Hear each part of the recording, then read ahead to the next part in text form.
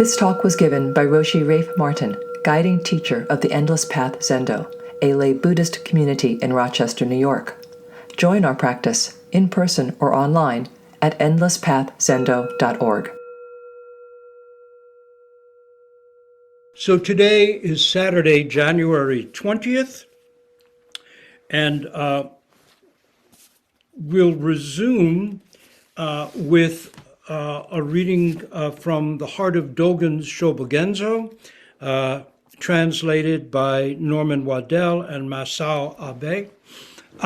And we'll look today at a really fascinating and profound, very central piece of Dogen's thinking and communicating, which is Genjokoan, manifesting suchness. However, before we do that, I'd like to begin this with just pointing out that while we're reading from Zen teachers who, of course, until recently would all have been Asian, Zen itself, we might say, is not an Asian thing.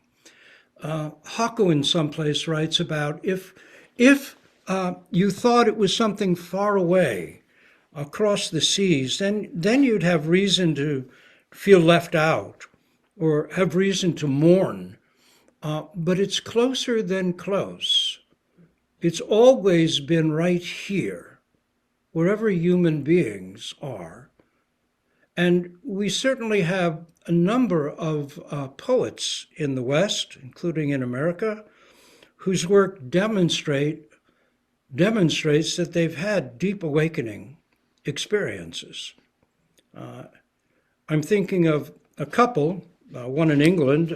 I always really loved William Blake, and at one point he signed in a guest book, he signed his name with a beautiful drawing of an angel flying holding a scroll. That was part of his signature.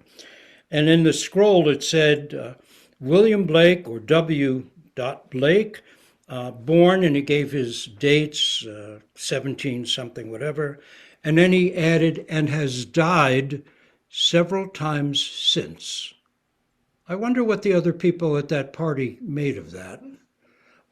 And then there's Emily Dickinson, who I haven't looked at for a long time. I just started rereading Emily Dickinson's poetry. There's only, I think, 2 editions that include her actual punctuation, which makes the poems not smoothed out. And these are ones edited by Thomas Johnson. One is called Final Harvest, and the other is the Complete Poems, but I believe it's only the hardcover edition of Complete Poems that has his unsmoothed out forms, the way she originally wrote them. But I want to read you a couple of Emily Dickinson's poems, just to touch base with this mind that's not far off. It's not over the seas. It's not just in Japan, China, India. It's right here. Has always been. So let's see. Number 30, which is actually 174 in the Complete Poems. At last to be identified. At last the lamps upon thy side, the rest of life to see. Past midnight, past the morning star, past sunrise. Ah, what leagues there were between our feet and day. Ah, what leagues there were between our feet and day. Anyone who's ever worked on a koan knows that feeling very, very well. Oh, it was right here all along. What leagues there were between our feet and day, clear day. Wu Men has a verse, case 7 of the Gateless Barrier.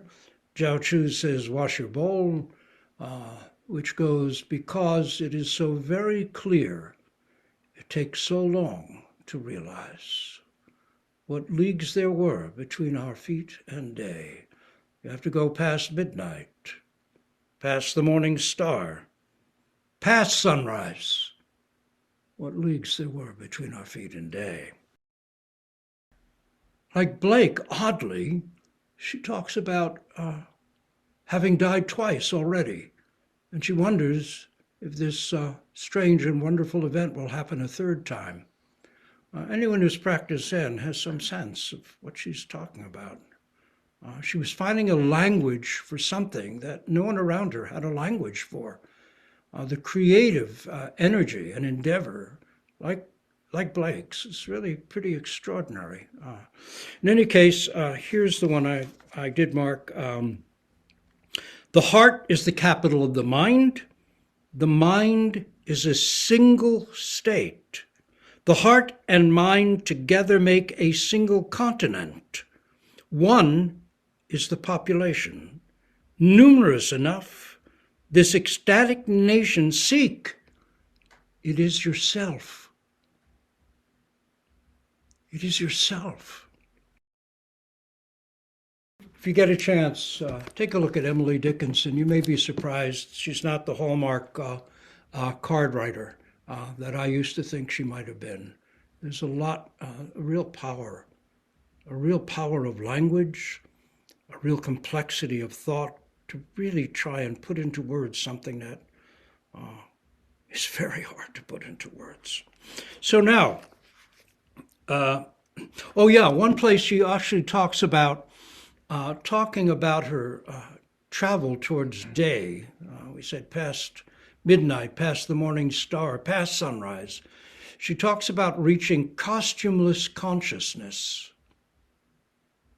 taking it all off, all the stuff we identify with, and reaching what she calls costumeless consciousness. It's a wonderful turn of phrase that says so much about what we're all working on and what's been here from the beginning to wake to. So Genjokoan, Manifesting Suchness, was the second fascicle of the Shobogenzo to be written and seems to have been written in mid-autumn, the first year of 1233 by Dogen. This is from the introduction. Many have written about the difficulties, beauty, and unobtainable depths of Genjokoan. An eminent Soto teacher of the Meiji era said, "This is Dogen's skin, flesh, bone, and marrow." His entire teaching begins and ends with this section, or fascicle. The other 95 fascicles of the Shobogenzo are all offshoots of this one. Of course, you could say the same thing about the Bendowa, which was originally was a separate piece from the Shobogenzo, but is now often put in as the first fascicle. The Genjokoan is difficult to translate the very term satisfactorily into English. It appears a few times in earlier Zen writings, but in Shobogenzo, Dogen attached the special significance to it, using it as a technical term and an important concept in his thought. Genjo, literally something like becoming manifest or immediately manifesting right here and now, does not refer to the manifesting of something previously not manifested, but rather to the immediate presence or presencing of all things as they truly are in their suchness, unattached by our conscious strivings. That is, not gained because we work at it, but what's always been here, as Hakuin says, from the very beginning, all beings, Buddha. Their ultimate reality realized in and through religious practice.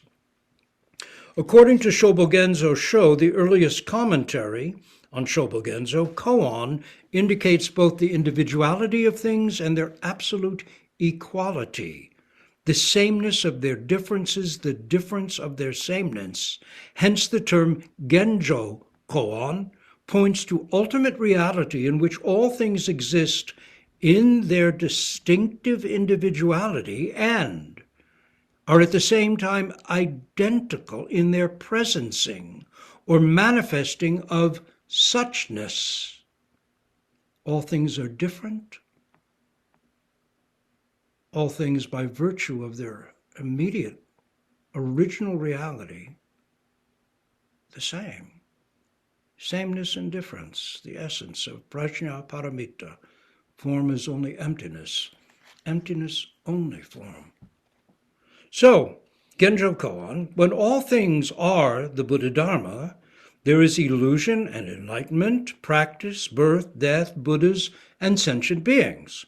When all things are without self, there is no illusion or enlightenment, no birth or death, no Buddhas or sentient beings. The Buddha way is originally, that doesn't mean back in time, originally beyond any fullness and lack, and for that reason there is birth and death, illusion and enlightenment, sentient beings and Buddhas. Yet, for all that, flowers fall amid our regret and yearning, and hated weeds grow apace. In other words, ordinary life, just as it is, with the things we like and the things we dislike, this too is fully it. It's not something to escape. He goes on to make one of the clearest statements of Dogenness in all of Dogen in the next paragraph, and that's this. Practice that confirms things by taking the self to them, that is, moving the self forward to become one with things, is illusion. For things to come forward and practice and confirm the self, for everything to step in and be realized as the self, is enlightenment. Those who greatly enlighten illusion are Buddhas. Those greatly deluded amid enlightenment are sentient beings. Some people continue to realize enlightenment beyond enlightenment. Some proceed amid their illusion deeper into further illusion. The notes to this are pretty good. This says, realize enlightenment beyond enlightenment indicates the elimination of the traces of enlightenment previously, or mentioned previously. This is the matter of going beyond Buddha, not abiding in Buddhahood, but transcending it. It's also, in the simplest terms, not clinging to any sense of, I've got it. Not being stuck at the top of a 100-foot pole, but stepping forward into the minute particulars, is what Blake called them, of absolutely ordinary existence, nothing special whatsoever. Of course, you don't carry around the thought of nothing special either. That's just another, I've got it. So when Buddhas are truly Buddhas, there's no need for them to perceive they are Buddhas. Yet they are realized, fully confirmed Buddhas, and they go on realizing Buddhahood continuously. The note says, true Buddhahood is free of the consciousness of Buddhahood. Attainment of Buddhahood is a matter of attaining enlightenment without clinging to it. When Buddhas are truly Buddhas, there's no need for them to perceive they are Buddhas. In The Gateless Barrier, Wu Men has a line that goes something like, what's it for?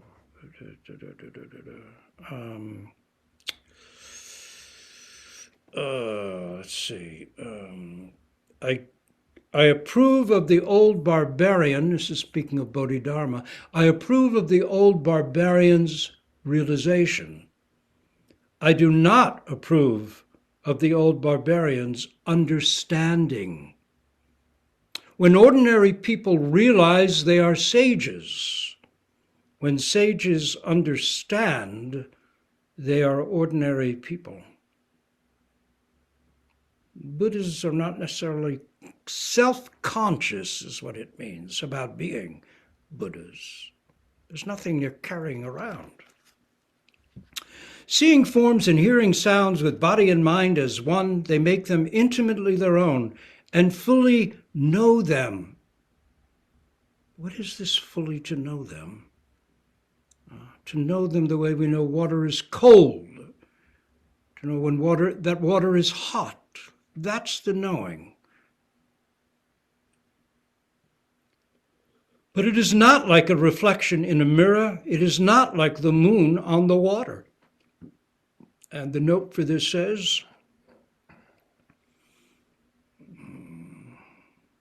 Most commentaries explain these two similes merely in terms of their dualism. However, it seems more natural to take them as references to the clarity and brightness of the reflection, in which case the paragraph would indicate that one realizes upon attaining enlightenment that things and oneself are one.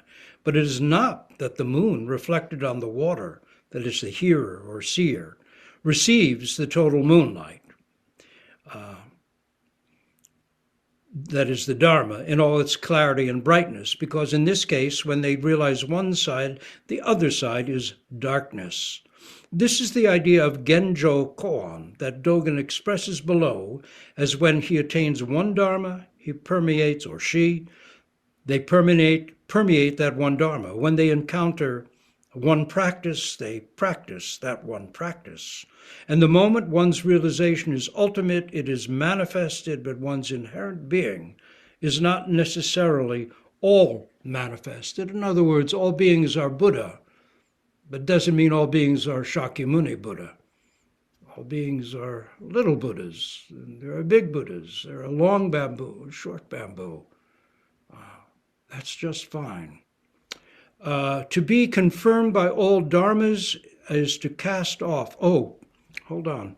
When they realize one side, the other side is in darkness. So it really is getting to just this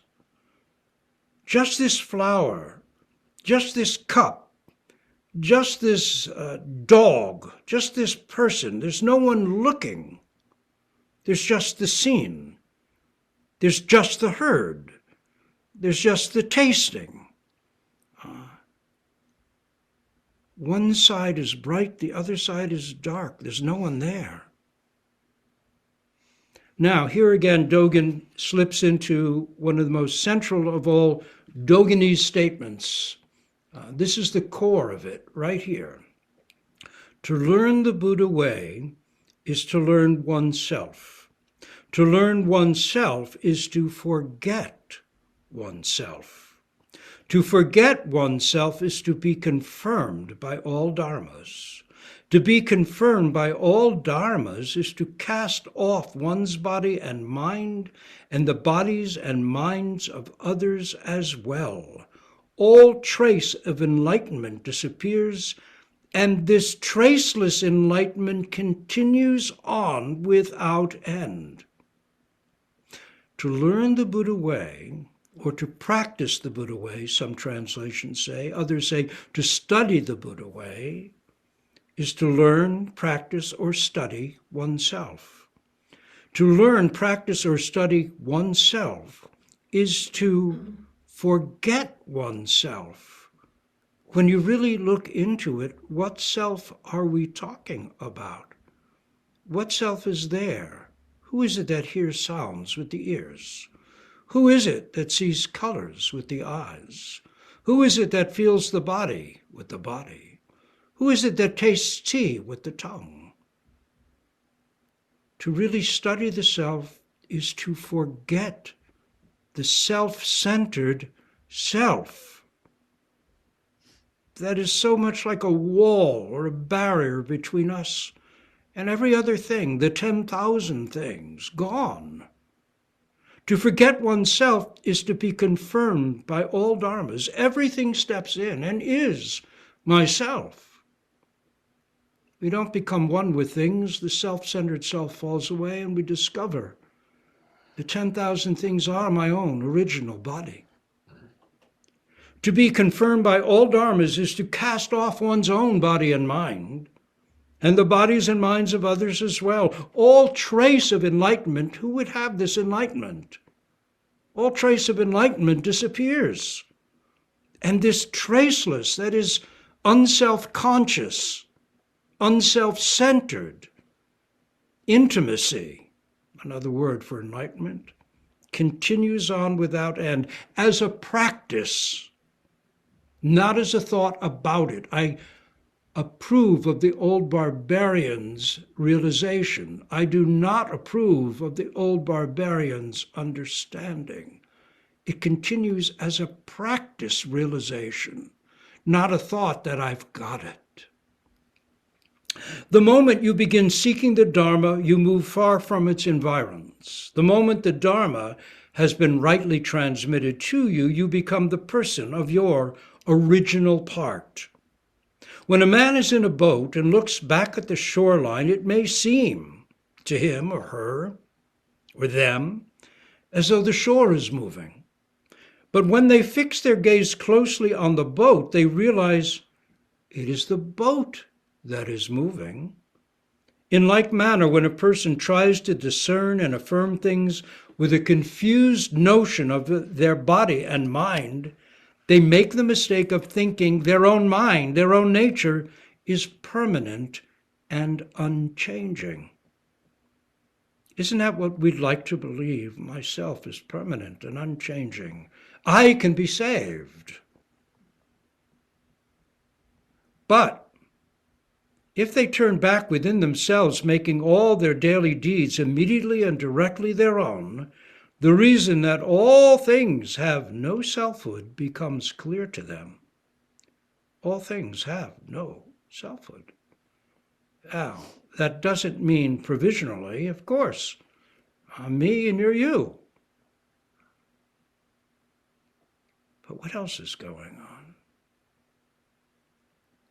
Once firewood turns to ash, the ash cannot revert to being firewood, but you should not take the view that it is ashes afterward and firewood before.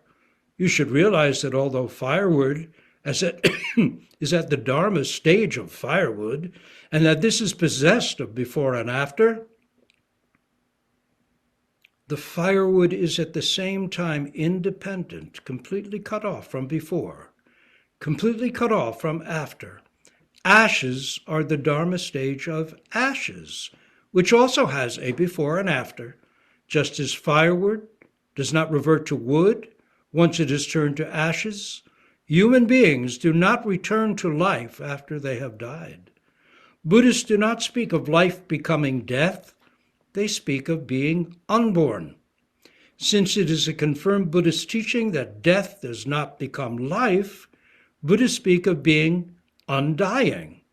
Life is a stage of time, and death is a stage of time. It is like winter and spring. Buddhists do not suppose that winter passes into spring or speak of spring passing into summer. The note says, considered conceptually, firewood becomes ash in a before and after sequence, but as they truly are in their suchness, when all sense of time and space fall away. Firewood is firewood, and ash is ash, so with all aspects of our lives, without any distinction of before and after. The process of becoming is properly understood as the continual arising and disappearing, life and death, of the respective Dharma stages of things. Blake said, eternity is in love with the productions of time. Eternity is in love with the productions of time. Time is how eternity expresses itself. Firewood is firewood. Ashes is ashes. This very moment of life is life. The attainment of enlightenment is like the moon reflected on the water. The moon does not get wet, and the surface of the water is not broken. For all the breadth and vastness of its light, the moon comes to rest in a small patch of water. The whole moon and the sky in its entirety come to rest in a single dewdrop on a grass tip, a mere pinpoint of water. Enlightenment does not destroy man, that is human beings, any more than the moon makes a hole in the surface of the water. Human beings do not obstruct enlightenment any more than a drop of dew obstructs the moon or the heavens.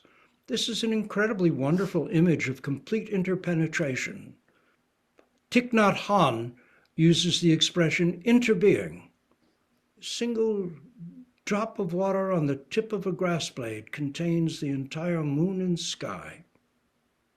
A single human being.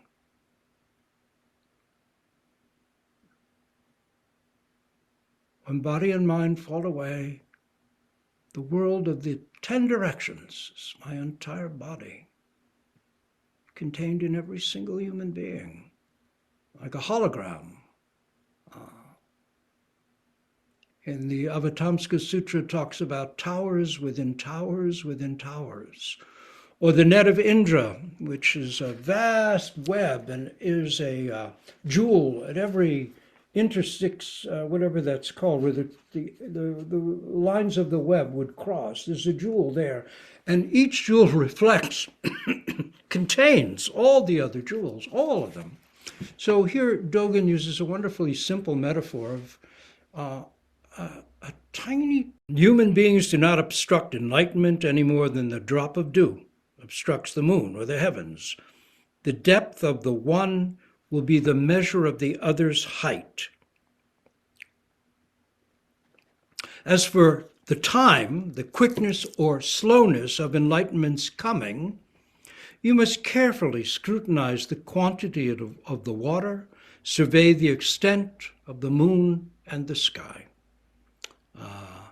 Not grasping onto another belief system, not clinging to anything, but attention, attention, attention. How deep is the water? How deep is one's own mind?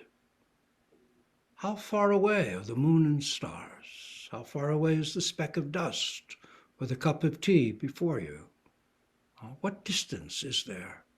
Is it distance or is it depth? What are we looking into when we open our eyes and see? Attention, attention, attention. What is there? When you have still not fully realized the Dharma in body and mind, you think it is sufficient. Oh yeah, I've got enough. When the Dharma fills body and mind, you feel some lack. Aiken Roshi used to say, not enough yet, not yet enough. That was the expression of his realization, not an expression of his lack. Not enough yet, not yet enough. When the Dharma fills body and mind, you feel some lack. It's like boarding a boat and sailing into a broad and shoreless sea. You see nothing as you gaze about you but a wide circle of sea. Yet the great ocean is not circular. It is not square. It has other inexhaustible virtues. The note here says, as you proceed forward, you gradually realize the inadequacy of your attainment. This is very, very true. There's a wonderful Zen verse that goes, last year's poverty was not true poverty. Last year there was room for a gimlet, like an awl, to make a hole. This year, I can't even find the gimlet. Last year's poverty was not true poverty. Last year there was room for a gimlet to make a hole. This year I can't even find the gimlet. My last year's attainment, I thought I had it. Now I see how shallow I was. Not enough yet. Not yet enough is a statement of real deepening practice, which is practice realization, the whole point. Yamada Roshi said the whole point of Zen practice is to help us, is the maturation of character, which comes from seeing, oh, how shallow I was yesterday. I can do better. This is touching base with the wholeness that's always been there. And we only get it in little tiny bits, bit by bit. So the ocean is not circular, it's not square, but when you're sitting in the boat, it looks like there's a big circle of ocean around you. But it has other inexhaustible virtues. It's like a glittering palace. It's like a necklace of priceless or precious jewels. Yet it appears for the moment to the range of your eyes simply as an encircling sea. Of course, for the beings that live in the ocean, Dogen says, for fish, water is a palace. They'd be shocked to hear that it's water. Fish think that the ocean is a beautiful palace. He said, so too, human beings are shocked when they hear that mountains walk. But then again, geologists tell us this is quite true.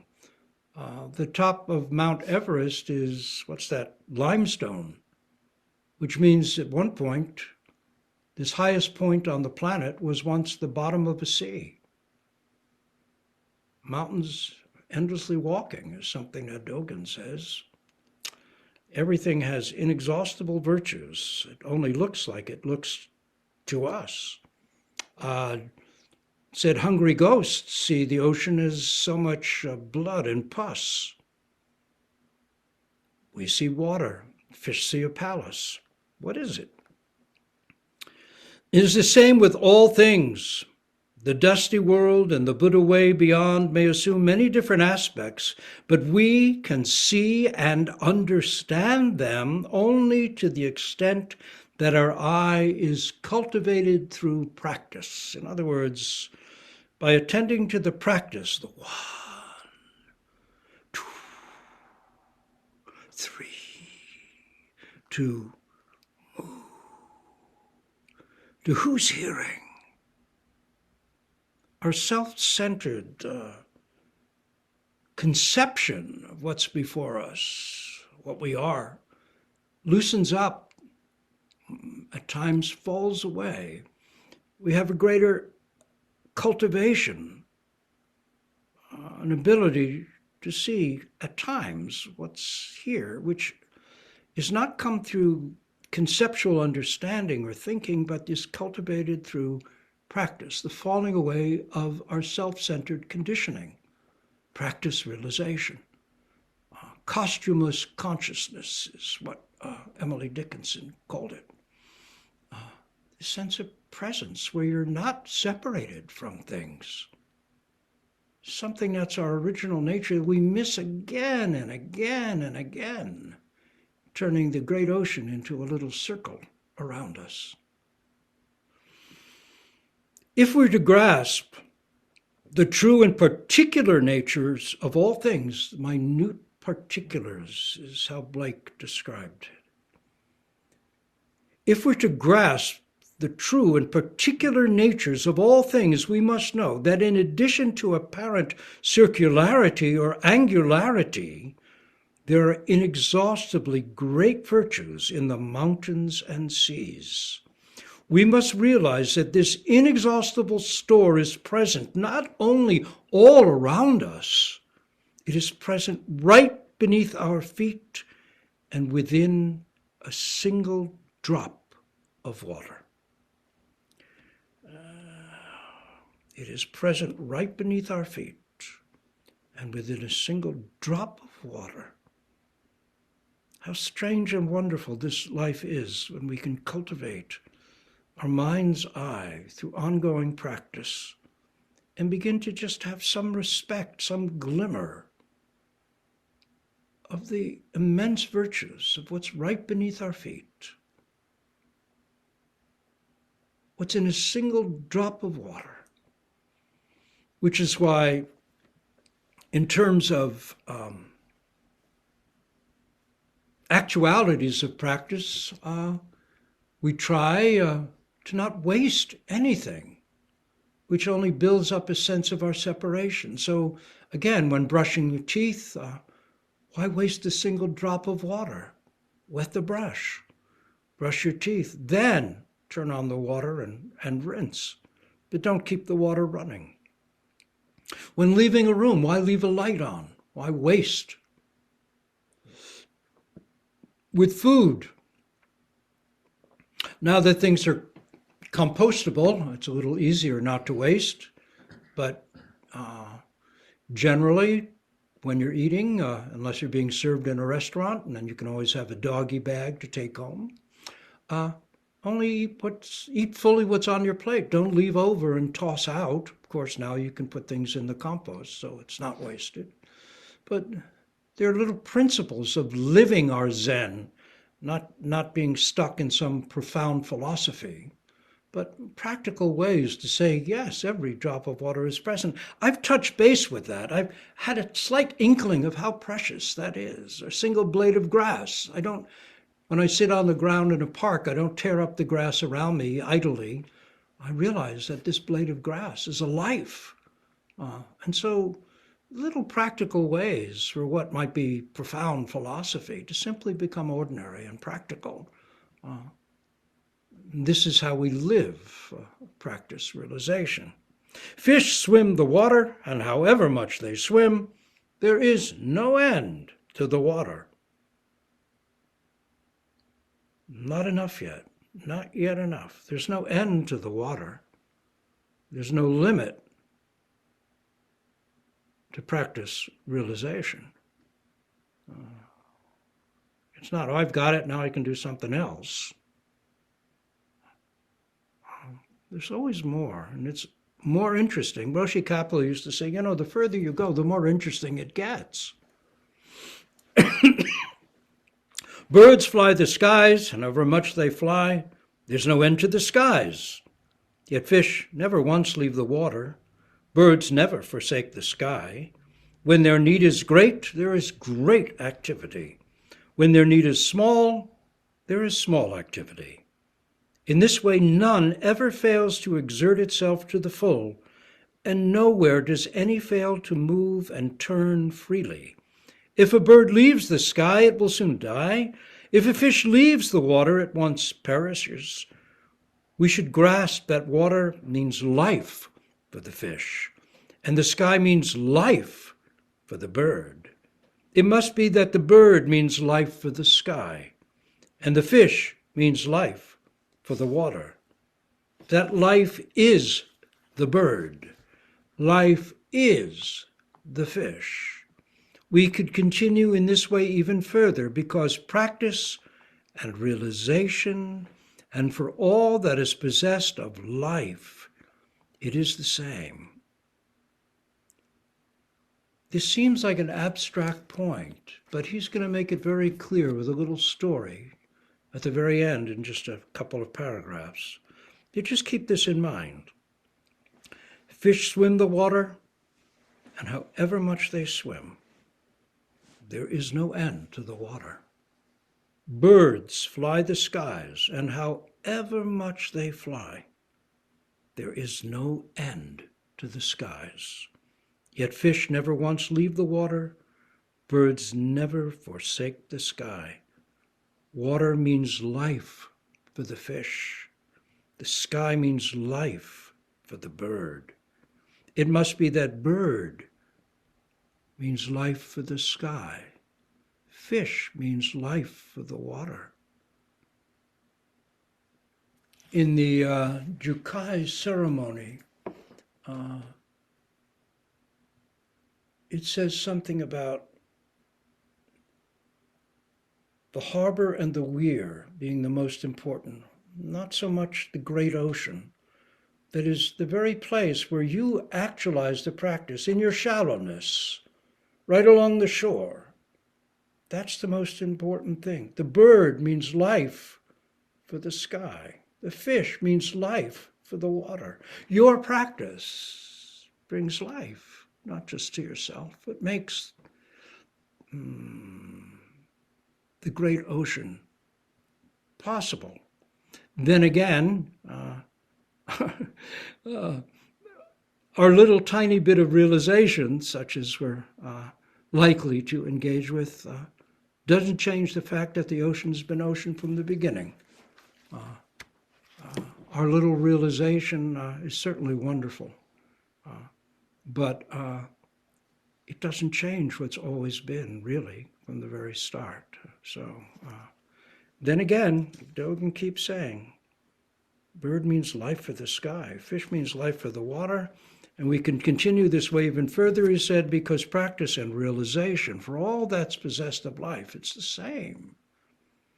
Anyway, even if there were a bird that desired to proceed further on after coming to the end of the sky or the water, it could make no way, could find no place in either element. Let's see, that is, the note says, it's a mistake to practice in hopes of achieving the Dharma, for this fish swimming itself is the way. For the bird flying is the way. For us, paying attention, practicing in this life is the way of a human being. It's simply the way of letting go of what we're not. Continuous practice is the practice of realization. It's not getting something and now we're done. There's nothing to get. This sounds, again, quite abstract and kind of silly. I approve of the old barbarian's realization. I do not approve of the old barbarian's understanding. When ordinary beings realize they're sages, when sages understand, they are ordinary beings. When that place is attained, when that way is achieved, all of one's everyday activities are immediately manifesting reality. Inasmuch as this way, this place is neither large nor small, self nor other, does not exist from before, does not come into being now for the first time, as I said, our little bit of realization doesn't change the fact that the ocean has always been the ocean from the very beginning, as Hakuin says. All beings are Buddha, and this very place we stand is the pure lotus land, this very body, the body of Buddha. But what does that really mean? It does not come into being now for the first time. It is just as it is. And just as it is certainly doesn't mean that anyone who has some degree of realization suddenly becomes a special person or has glowing lights flowing around them or such things. Just as it is.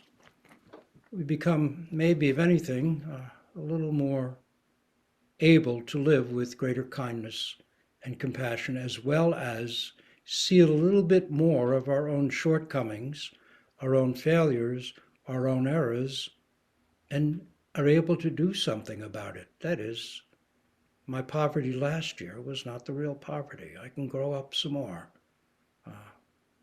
It sounds contradictory, but I can grow less, which means I can grow more. Because it is as it is, if a person practices and realizes the Buddha way, when he attains one Dharma, he penetrates completely that one Dharma. When he encounters one practice, he practices that one practice. Since here is where the place exists, and since the way opens out in all directions, the reason we are unable to know its total knowable limits is simply because our knowing lives together and practices together with the full penetration of the Buddha Dharma. The note says, another crux, given various explanations, the following may be helpful as references.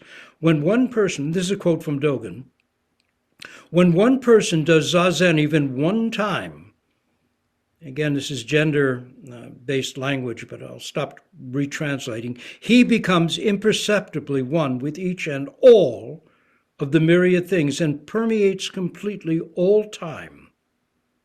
It is for each and everything one and the same undifferentiated practice, one and the same undifferentiated realization. Each and everything is in its original aspect endowed with original practice. It cannot be measured or comprehended. And that's from the Ben-Do-Wa, which we looked at a couple of months ago. Do not think that in attaining this place it will ever become your own perception and be knowable by means of intellection. Again, this is talking about realization, practice realization, not intellectual understanding. Do not think that in attaining this place, it will ever become your own perception and be knowable by means of intellection. Although we say the breakthrough into realization is directly and immediately manifested, the way you know water is cold, the way you know water is hot, the way you know stubbing your toe is ouch, immediately manifested, one's inherent being is not necessarily totally manifested. Doesn't its manifestation have to be so? In other words, here's the note, inherent being, Buddha nature. Although enlightenment always entails self-awakening, the Buddha nature being immeasurable is not totally manifested to one's consciousness, not graspable by perception in this awakening. In other words, there's endless degrees. So though Hakuin says all beings are Buddha, he's not saying that any one of us is a Shakyamuni Buddha. There are endless degrees. It's like an analogy that I'd like to use is that Rembrandt and Picasso were painters. The kid in kindergarten making a finger painting is a painter too. Same, absolutely the same. And yet the degree of conscious realization of what goes on in that painting is worlds apart. So again, when Hakuin says all beings, from the very beginning, all beings are Buddha, he's not saying all beings are Buddha Shakyamuni. The same point here, it's endless potential, endless potential. Emily Dickinson has a line somewhere, I dwell in possibility. Maybe the word is greater, a greater house than prose, or I forgot the word she used for it, but you get the gist of it. I dwell in possibility, a greater house than prose. It's not locked down. It has endless possibility. And that's where she was living. Very encouraging. Now, Dogen's final metaphor here is a mondo, which forms a kind of koan. Mondo is a dialogue between teacher and student or between two teachers. This one is really quite something, and it makes his point in both a metaphoric way and a very direct way that I find very, very, what's the word? Insightful seems too glum somehow, too drab. In any case, let's listen and see what he has to say. As Zen Master Pao Che of Mount Ma-Yu was fanning himself, a monk came up and said, "The nature of the wind is constancy. There is no place it does not reach. Why use a fan?" Pao Che answered, "You only know. The nature of the wind is constancy. You haven't yet grasped the meaning of its reaching every place." "What is the meaning of its reaching every place?" asked the monk. The master only fanned himself. The monk bowed deeply. So again, Zen Master Pao Che was fanning himself. A monk came up and asked, "The nature of the wind is constancy. There's no place it doesn't reach. Why use a fan?" He answered, "You only know the nature of the wind is constancy. You haven't yet grasped the meaning of its reaching every place." "What's the meaning of its reaching every place?" asked the monk. The master only fanned himself. The monk bowed deeply. The note here, Bao Che of Ma-Yu was a disciple of Matsu. The wind nature connotes the Dharma nature or Buddha nature. The meaning of the monk's question is, since, according to the sutras, everyone is possessed of the Buddha nature, what need is there to practice? That is, use the fan, to attain Buddhahood. It's just because the wind nature is constant that the wind rises up when the fan is moved. Yet without an actual movement of the fan, the wind's constancy remains a latent and empty reality. For the disciple to believe the wind would arise without the movement of the fan would be like expecting the Dharma to be manifested in oneself without practice. Anyway, Dogen goes on in his concluding paragraph to say, verification of the Buddha Dharma, the authentic transmission of the vital way, is like this. To say that one should not use a fan because the wind is constant, that there will be a wind even when one does not use a fan, fails to understand both constancy and the nature of the wind. It is because the nature of the wind is constancy that the wind of the House of Buddhism reveals the great earth's golden presence and ripens the sweet milk of the long rivers. It is because the nature of the wind is constancy that the wind of the House of Buddhism reveals the great earth's golden presence and ripens the sweet milk of the long rivers. The note says the wind of the House of Buddhism refers to the Buddha Dharma, or more precisely, in this context, to practice that is itself a verification or a realization of the Buddha Dharma. Dogen always used the term practice realization, not simply practice. It's not just the work. The work is the activity of original mind to realize itself. Since everything is originally the Buddha Dharma, the great earth is always golden, whether we see it or not, whether we realize it or not. The great earth is always golden, the long river always sweet milk, but they are seen as such only upon attainment, or practice of, we might say, practice of realization.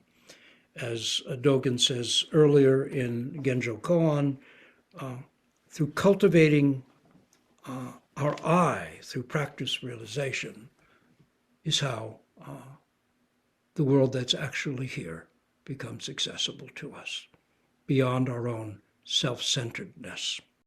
We'll stop here and recite our great vows for all.